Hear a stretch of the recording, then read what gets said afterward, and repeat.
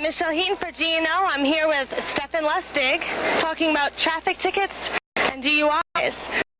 Moving on to your profession, what should an individual do when they get pulled over? Well, they should remain very calm and be polite and not say too much and take the ticket, go on their way. If they get a ticket, of course. And if they're polite, there's a chance that the officer could let them go, especially if you're a female. I know I've gotten pulled over for speeding tickets. Should I once cried. Does that... Well, it depends upon the personality of the officer, and it depends upon the appearance of the individual. If you're a pretty female, for some reason they have a tendency to not receive as many traffic tickets as other individuals. Okay, well that obviously didn't work for me then, because I only got a couple miles off of my speeding ticket. So tell me about the DUIs. Let's say you go to a bar and you have a couple drinks. Should if you get pulled over for, let's say, swerving a little bit, what should you do then?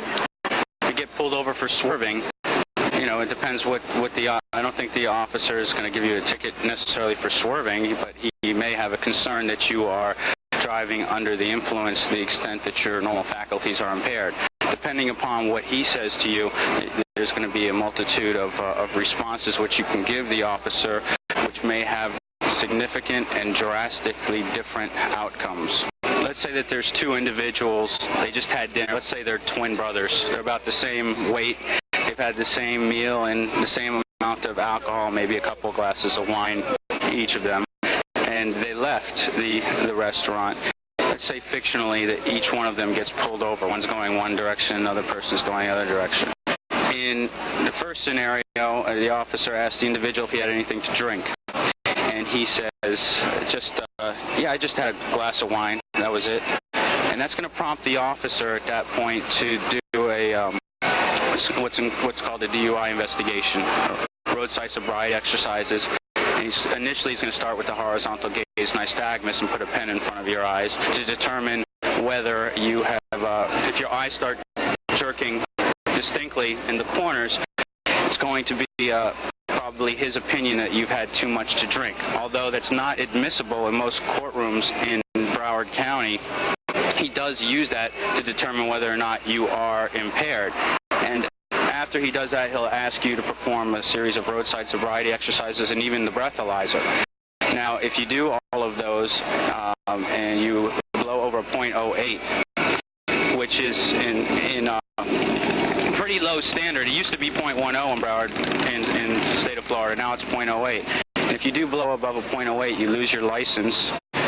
And you also, if you provide them with further evidence, there's a likely conviction for a DUI in a court of law.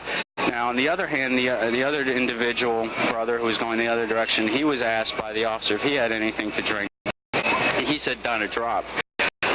At that point, the officer didn't have a whole hell of a lot to go on, but he did note the driving pattern of the individual and thought there might be a problem.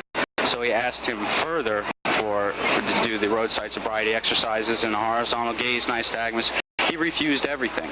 And in certain situations he may be arrested, but there's really not much to arrest him on because there's not much evidence there. And even if the officer did arrest him for some reason, which he believed which would be solely his opinion, the state attorney's office and case filings are going to look at it. They're going to see there's no breath, there's no pattern, there's no proof that the individual in the United States, in order to be convicted of a criminal offense, you have to be proven guilty beyond a reasonable doubt. It's hard to do that when you don't have a breath and you don't have a roadside sobriety exercises. And by the way, those exercises are very difficult, whether you're impaired or you're not impaired. And those officers practice those every day. They do them all the time.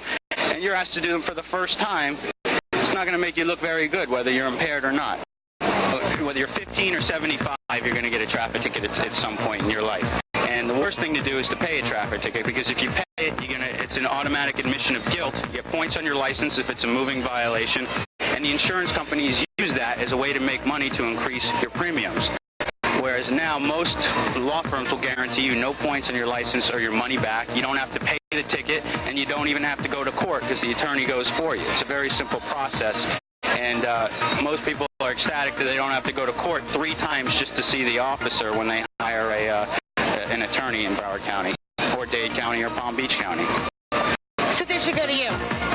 Well, of course, I'm biased, but you know, we do have a pretty good record. We are known as the best around here in South Florida. We have the largest volume of clientele, and a lot of the other attorneys use our attorneys who are very well trained, are in the same different courthouses for years now. Well, I have gotten 2 tickets and paid both of them, so the next time I'll go to you. How do I get in touch with you and the rest of us? All right, you can call 954-463-1500, or you can call 1-877, the number 2, Lustig, L-U-S-T-I-G. That's toll free, or you can do 954-463-1500. Do you have a website?